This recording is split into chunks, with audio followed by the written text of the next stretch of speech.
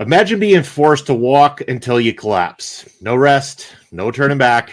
Every stop could be your last. It's not just endurance, it's survival, friendship, morality, and the crushing cost of sacrifice. That's the world the long walk drags you into. And we're here to talk about it with you today. This is Killer Cuts, and your long walk review is coming up.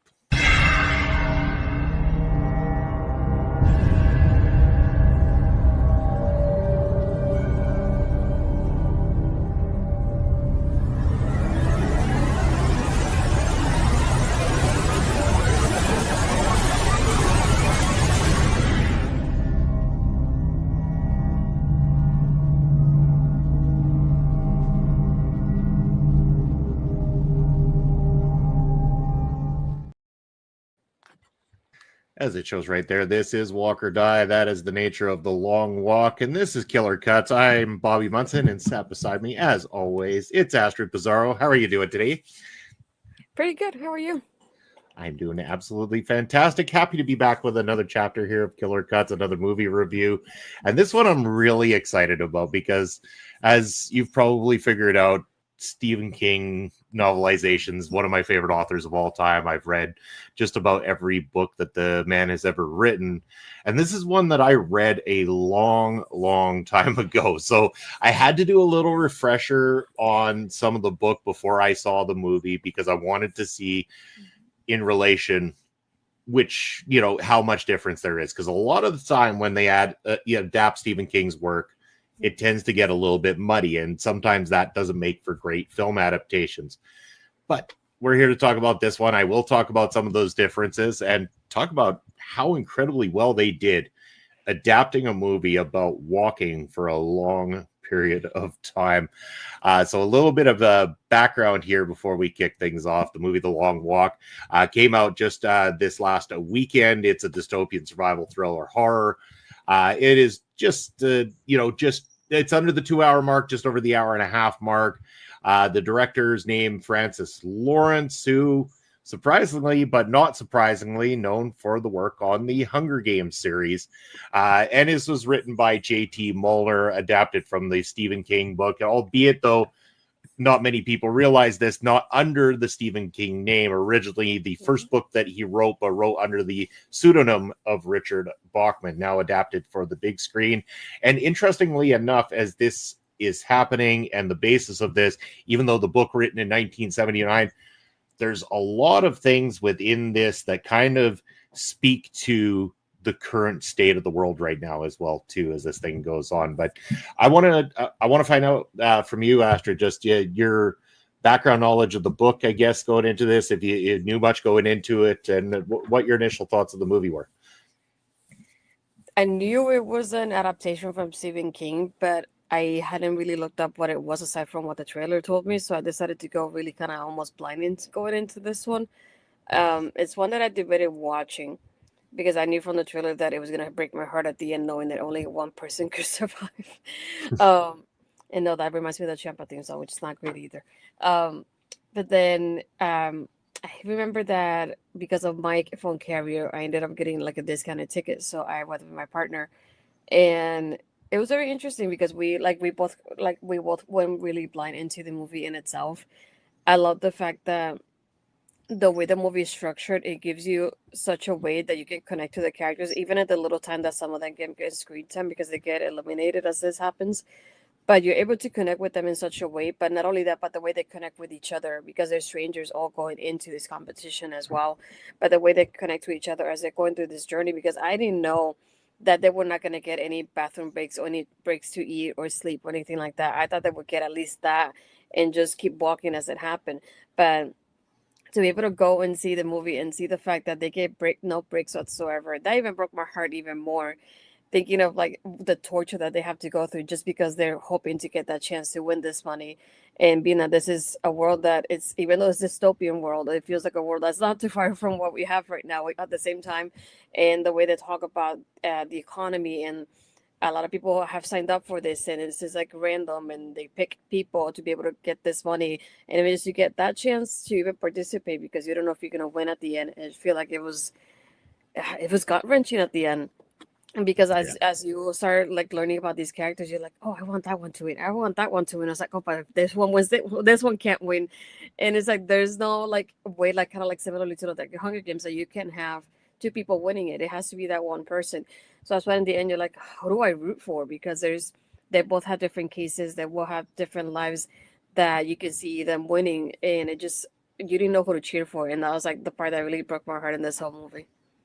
Yeah, and again, here's the nice thing is that, I mean, it's hard to say nice thing in relation to the long walk and stuff like that, but the nice thing is anytime the Stephen King piece of work is adapted by somebody who understands what works about Stephen King's work in the first place, that's why you get that character development. It's why you're rooting for all these different people, because they seem real. And that's the thing. It's like they seem like your everyday people that you would want to root for. They're doing it because they've been put into a world where they feel forced to do it. They, you know, the lack of money, their families are starving, or they've got nothing else in this world. And they're just genuine people that, like, here's an opportunity. I'm going to try it. I've got nothing else to do. I'm probably going to die on my feet anyway if I don't do this. So I might as well at least try to get that money in the meantime. And that's what we're left with. This is a great adaptation because the core focus is on those main characters and their development throughout the whole thing. I mean, you could make, you know, a lot of people could go into the movie experience thinking how boring it would be to watch a movie where people are just walking over and over and over again, but it's those conversations and the way that they rope you in, and then that fear when they get the warnings that it's like they've dropped below a certain amount of time, and they think that they're allowed certain amount of warnings up to a certain period of time, then their warnings actually do reset, because there was mention that the one guy had burnt up his first couple or something like that, and they're like, well, now you've only got one more to last you for the next 3 hours and everything. So it's really well done. And again, you can't have a movie focused on character development if you don't have people that are really good behind it as well too. And that's the testament to the cast in this. You had Cooper Hoffman at the helm as Ray, Garrity, David Johnson as Peter McVries, Garrett Wearing as Stebbins is the character's name, and then just everybody else in between as well too. It's, you know, from the characters that you like to, of course, the major who you don't like. He's developed in a way that it's like, this guy is a sleaze. And we do get a piece of story that didn't exist in the book about Ray's father. Definitely a different tone and a way that it would set up a completely different ending than what the book had. But as a fan of both, I actually like that they went this direction. It did give more reason for Ray to do the walk as a revenge plot more than anything, because the major had shot his father.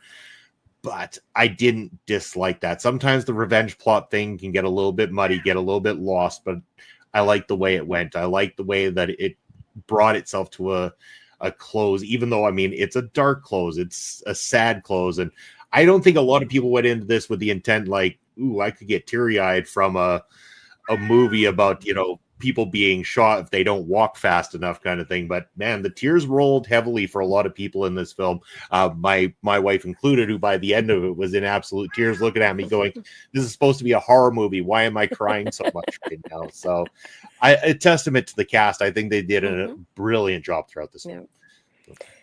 Yeah, and another thing that I really enjoyed about it was like not only the connection that they had, that they gave us as characters, but the way I think about this, like there's compared to the book, there's 50 guys that have signed up for this walk. So if you think about it going into this, you're in competition with each other.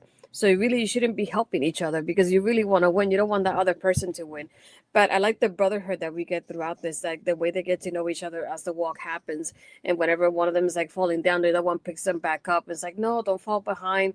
Oh, they give you one warning. I'll lift you back up to help you out. And it's like that incredible thing that it's not something I expected to see from the movie. You can expect it to be like almost like at ease with each other. It's like, oh no, it's like if you're doing this, then I'm gonna try to like like I don't want to call it like that, but like trying to make them like weaker, and like use kind of like their weaknesses and things like that. But I feel like when they talk to each other, they really uplift each other more than anything, and it's incredible to think about. Like you're competing with each other, but you're helping each other at the same time. And I feel like that's another reason why we connect so much with the characters in this movie. And thinking about the fact they all tell you little bits and pieces of their stories, and throughout them you're like, oh, the way they connect and like, oh yeah, this happened to me, but then this happened to me, even though they didn't have the same experiences, the way they share it with each other, and now and just meeting each other at that competition, it's just incredible the way they built everything off of here. Very much so, yeah.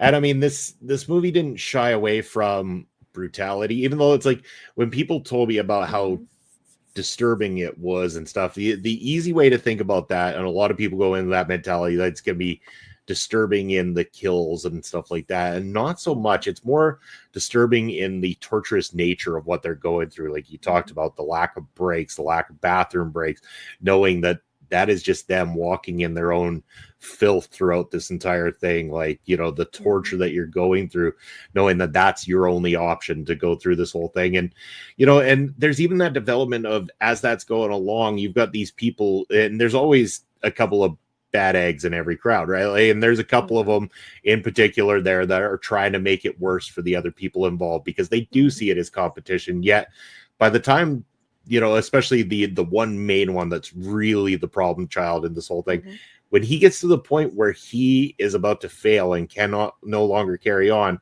there's still that human sympathetic factor where the other guys are like, no man, like come back, get back up, guys. Like they don't wish death upon the worst human being in the walk, and that makes for a very unique watching experience throughout this thing. And it makes you feel more too, because normally you'd get to a scene where it's like, okay, finally that jerk's getting his comeuppance and we're happy to see him go. And yet when that scene came about, I was a little bit more like, he was a jerk, but man, these guys are really making me feel bad for him, because they're showing a level of sympathy that would be so unexpected amongst most people in the same situation.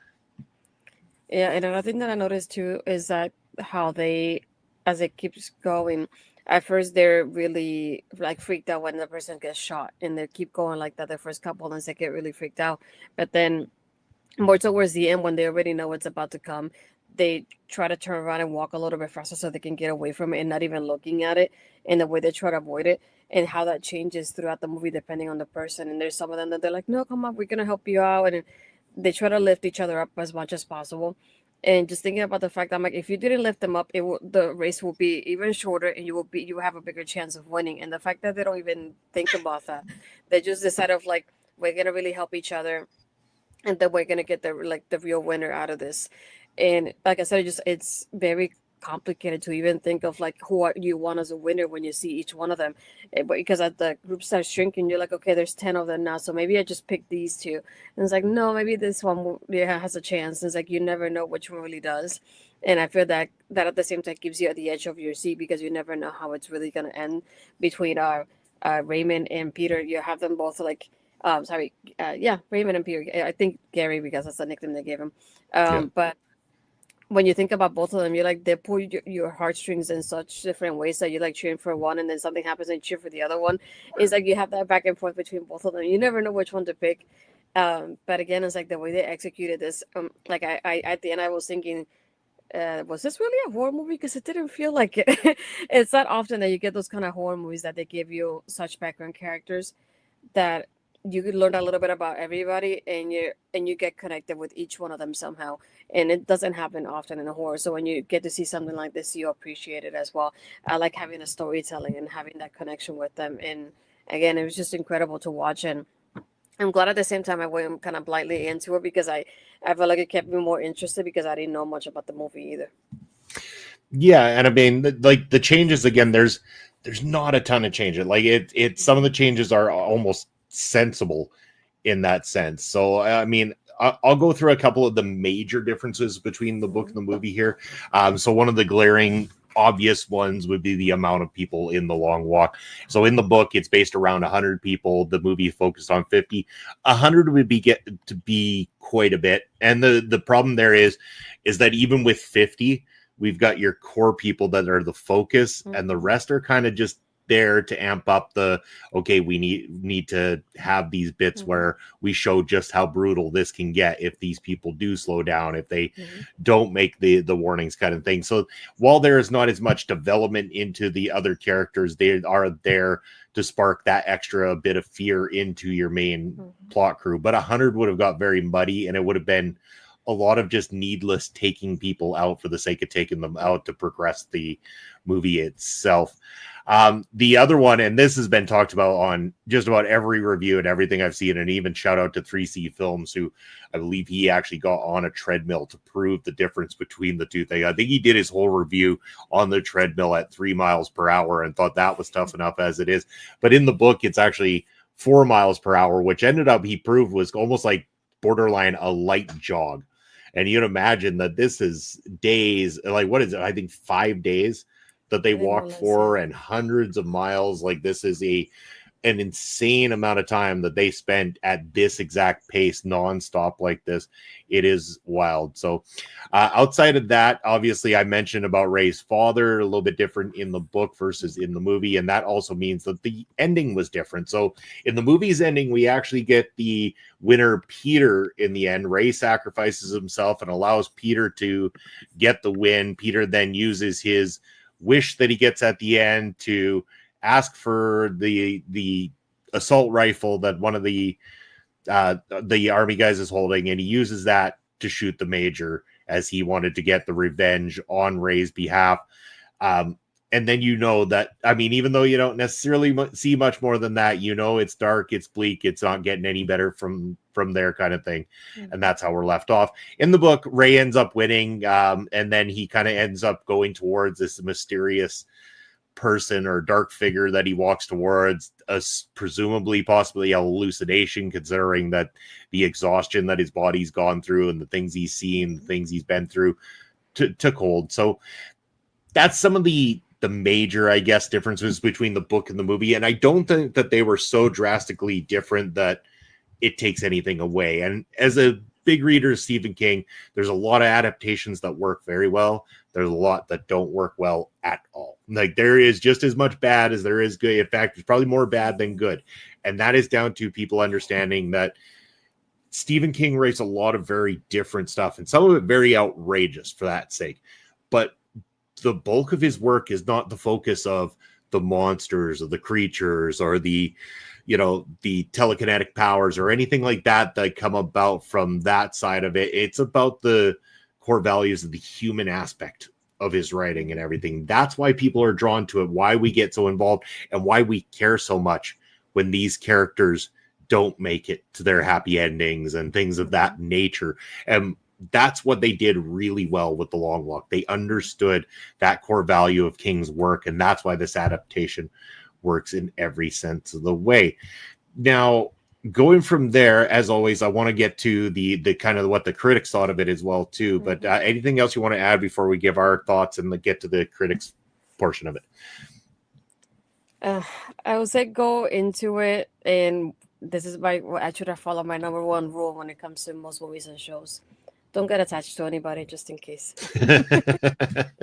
Good rule to stick with. So anyway, we'll get to what we thought of it, but to let you know, when it came down to the critic side of it, Rotten Tomatoes, the critic score actually sits at an 89% positive review for this one, while the audience score sits at an 85%. Metacritic, it's 71 out of 100, so very favorable reviews for The Long Walk, and a lot of critics kind of on the same page that I would be. I walked out of this thing very, very happy with how they pulled it off, with the acting, with everything about it. This is an A+ film, but it's also one of those ones that I look at it going, if I do ever watch it again, it won't be very soon. And that's not because it's not a good movie. It's because it is such a hard watch that by the end of it, you're like, I really need to go find something positive to do right now, because I feel like I'm in a very dark place after that experience. Oh, yeah, definitely agree. I would say that watch a rom-com right after this to balance it. Yeah. Go watch Hard Eyes after this. You'll be just fine. All good. But yes, I mean, again, this to me, I I will have to watch it again sometime to really get my true feelings about it, but I'm very positive on it. I'm very positive that this is one of the better adaptations of Stephen King's work that has been done, especially better in recent memory. Anyway, I think the last time I was this excited about the way somebody handled King's work in terms of an adaptation would be when they did Gerald's Game. Was the last time that I thought one was done really, really well like this to this point. So this one gets a huge pass for me. A+. Go check it out. Support it in theaters. Support it on streaming when it gets there, whichever your choice is. But this one was one I didn't see it coming. I didn't think when I saw the trailer for it, I'm like, I've been burned so many times, I don't know. And then the more I kept hearing people who got the early showings of it coming out of it being very positive, I'm like, I think they nailed this. And then I know you had reached out to me and you had seen it before I did. And again, the same thing. And I'm like, okay, I think they've got this one right. So it's definitely a must see. So your final thoughts and on this one. No, overall, like even like myself not knowing, and I knew it was an adaptation, but I hadn't read the book. I hadn't have much background into it. I would say if you can't go into it blindly, even better, because I feel like you're gonna enjoy it even more when you don't know what's coming up next, and it'll keep you at the edge of your seat in that sense of it. And don't go alone either, because it's heart wrenching to watch it by yourself. So if you can watch it with somebody, please do. Exactly. No, I think that's a great, fantastic review. So yes, The Long Walk is Killer Cuts approved as of today. So that is the review. Astrid, why don't you tell the wonderful people what else you got going on, where they can reach out to you? You can find me on Twitter and Blue Sky as Astrid Pizarro. My Instagram and Threads is Astrid Pizarro 20. If you're here, you're most likely on my YouTube channel. So please hit the subscribe button and hit the bell to be notified when I upload or go live. And hit the like button as well. And we would appreciate it, not only on my channel, but on OLE's channel, because it helps us out. And if you have the hype option for us, please use it on us as well. Small creators, we want to be able to get hyped up and get a word out there about our channel too.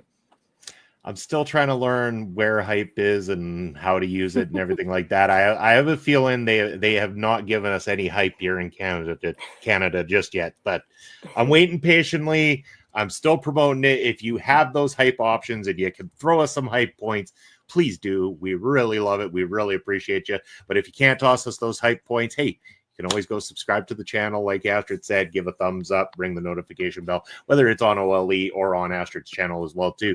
We want to show the love across the board. As for myself, though, Bobby Munson on the X, I'm Real Bobby Munson. Instagram and Threads, you can find me at Video Bros SK. Over on the Twitch, Video Bro _ Bobby Munson, and Blue Sky, Bobby Munson.bsky.social. As for coming up, as of this, we would have just had Ring Respect Radio yesterday, the trivia night, so feel free to check that out on replay. We'll be back again in a week's time. You can catch myself, Bob Smokes, this Saturday for another match at Prairie Pro Wrestling's YouTube channel. And of course, this Sunday, continuing on with our NFL coverage, predictions, all that kind of fun and jazz. You can join us for Point of View, 11 a.m. Eastern time. And as we mentioned, OLE Podcast. That's where all the fun is to be had. Check us out across all social medias, including YouTube and Twitch, where subscribes, follows, anything of the sort, thumbs up, comments in the comment section, and ringing that notification bell. It all helps us out, and we appreciate it very much. We appreciate every single one of you. That is it this time for Killer Cuts. Join us in 2 weeks, I believe. 2 weeks, I'm thinking, and where we're going to be bringing you our Until Dawn review. So stay tuned for that, and thank you for watching Killer Cuts. Stay tuned and see you soon.